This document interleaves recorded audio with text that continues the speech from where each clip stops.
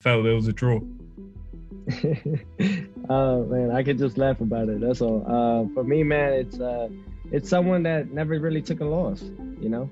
You get it. Yeah. Like I believed in my brain that I believed I was untouchable. So being that I believed that in my brain, when I fought and I lost, I couldn't believe it. Crush you. Yeah, it crushed me. So now I know, like, okay, let me not get too big-headed. Let me focus and work harder than everybody else to make sure that I come out on top.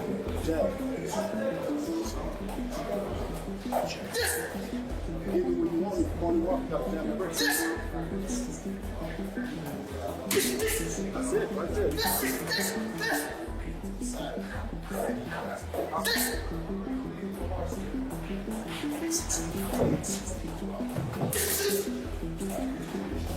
Teófimo López has stirred controversy by mocking Shakur Stevenson, claiming Stevenson was even beaten by Keyshawn Davis during sparring.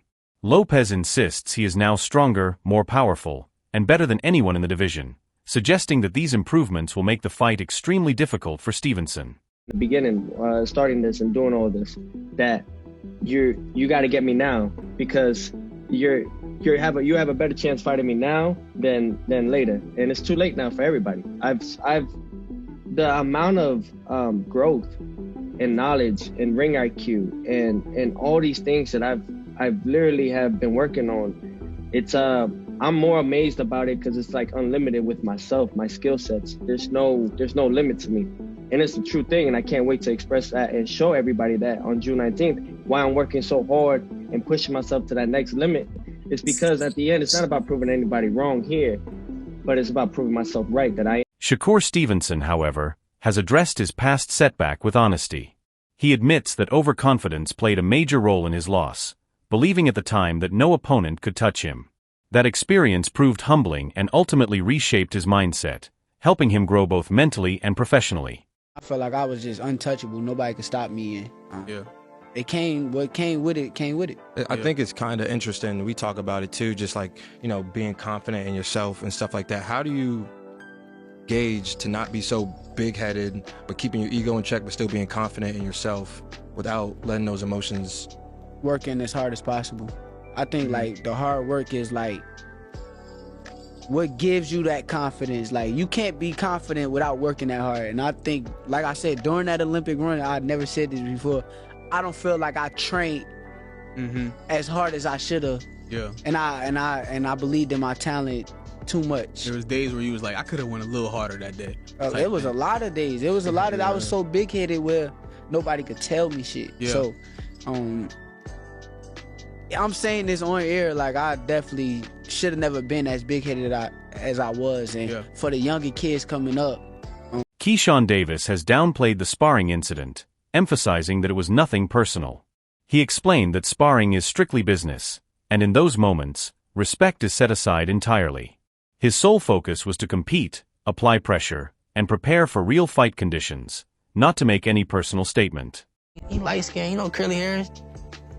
I'm like, this is This dude you been talking this the about? dude y'all talking about? Like, I'm like, man, ain't no way he good. I'm about to beat him up, right?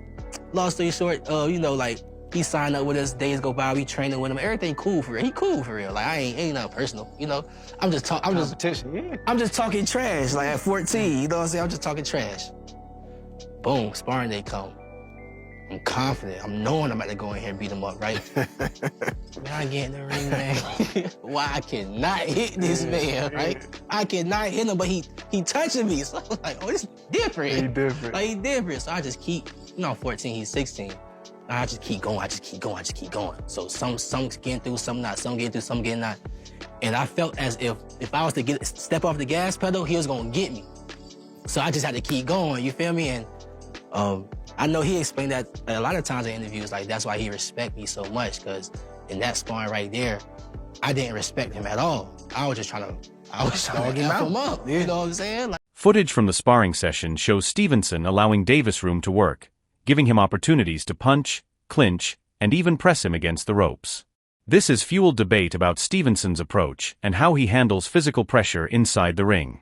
He showed me and kept him from the fight, and he just good 6-round fight. After the 6th round, he died in both fights. And he just walked straight forward with no defense. Something like Jermaine like the opponent.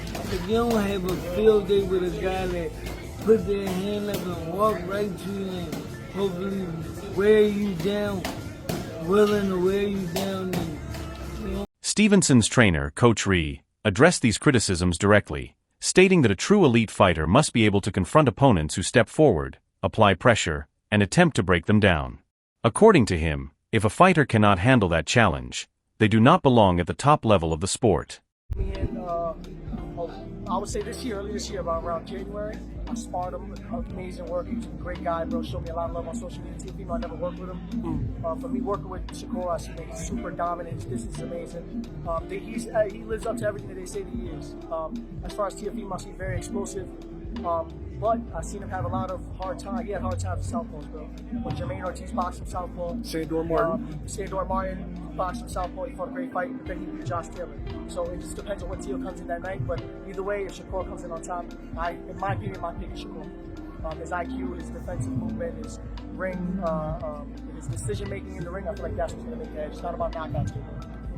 Teo's really, really explosive, not just with like punching, just himself. Like, how do you handle a fighter that, you know, that fights with an awkward rhythm and throws punches from multiple different angles? The good thing about fighting for world titles, you got 12 rounds. Like me, I got 6. I don't like 6. I want to fight 8, 10, 12. That's when you see the best profiles you fought, like we were speaking about earlier. Yeah.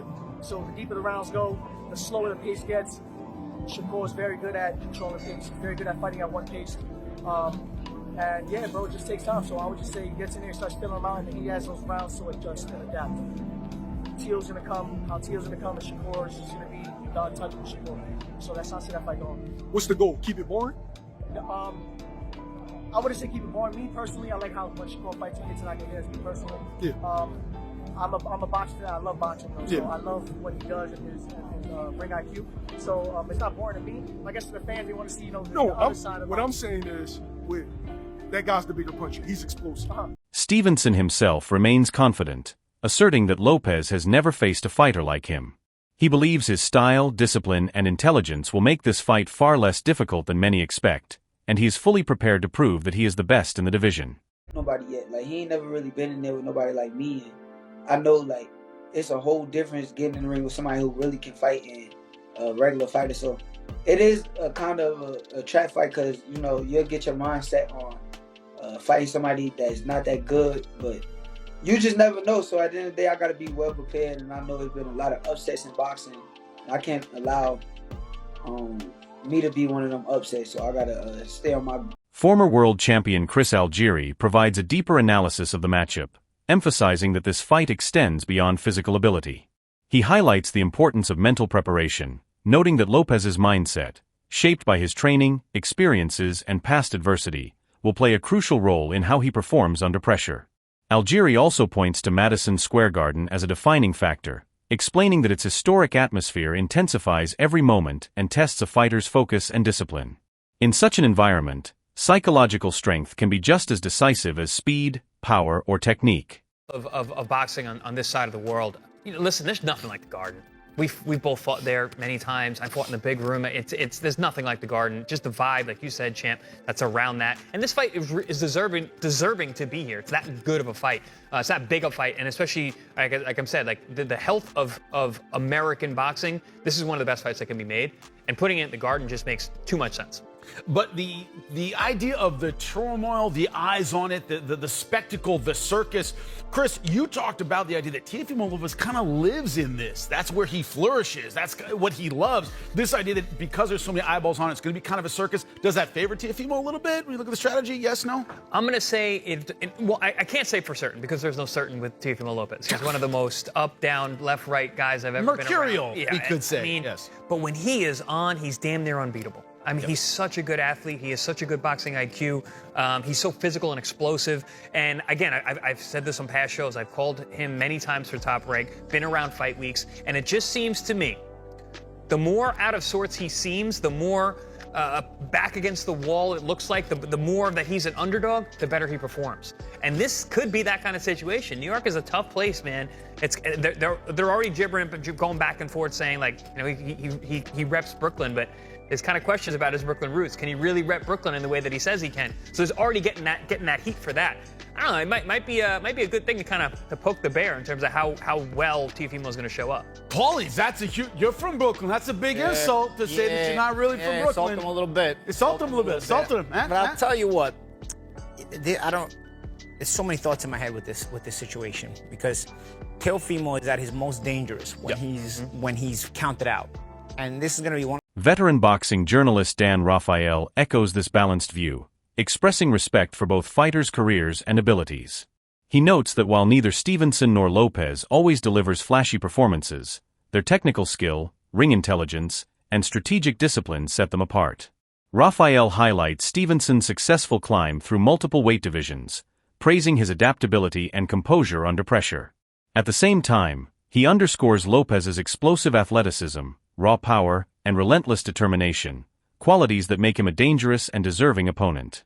Rafael frames the fight as a true test of experience, preparation, and mental resilience, where success will depend not only on talent but also on the ability to adapt, stay composed, and execute under the brightest spotlight. Time to step up and take on the champ, which was Josh Taylor. He shined in that fight. So when Teófimo is matched, you know, in a big time opponent, you know, he's delivered, and he's done it, you know, a number of times. And, you know, he looked really good against Taylor. And Shakur, by the way, similar thing. He's been flawless through his career. He maybe not the most exciting at times, but Shakur Stevenson gets the job done. He has won titles from featherweight up to lightweight. You know, when his back was against the wall, quote unquote, and everybody had big expectations, and he had a lot of pressure on him not to make it a boring fight and all that kind of business. You know, what did he do in his last fight against William Zepeda? He stood in the pocket, he fought the guy, and he won handily. He shut him out, basically. He won like 10 rounds to 2. I mean, you know, he fought a unification fight against Oscar Valdez, a fighter that, even though he might have been favored, thought maybe Oscar could do some damage because he was a good puncher and had a great amateur background and a great chin and all those types of things. And he went out there and he routed him also. I mean, so, you know, these are two of the best young elite fighters in boxing. And their fight has been talked about for a long time. They spent most of their careers together at Top Rank, which was a fight.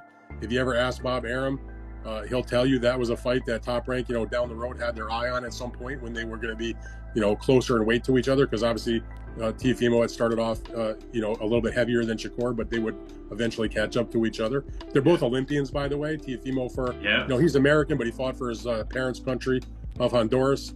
In that same Olympic Games, it was Shakur Stevenson winning a silver medal for the United States. I mean, they have all kinds of accomplishment. I do think they have a healthy respect for each other. They know each other for all the years being at Top Rank events together. They fought on the same undercard twice when the main event was Terrence Crawford, who was obviously very close to Shakur, but Teófimo was on those shows also. So, and they're doing it in the right place. This is not a fight they're taking to a place that doesn't make sense. You know, all respect to the big matches they do in Saudi Arabia, but this is the kind of fight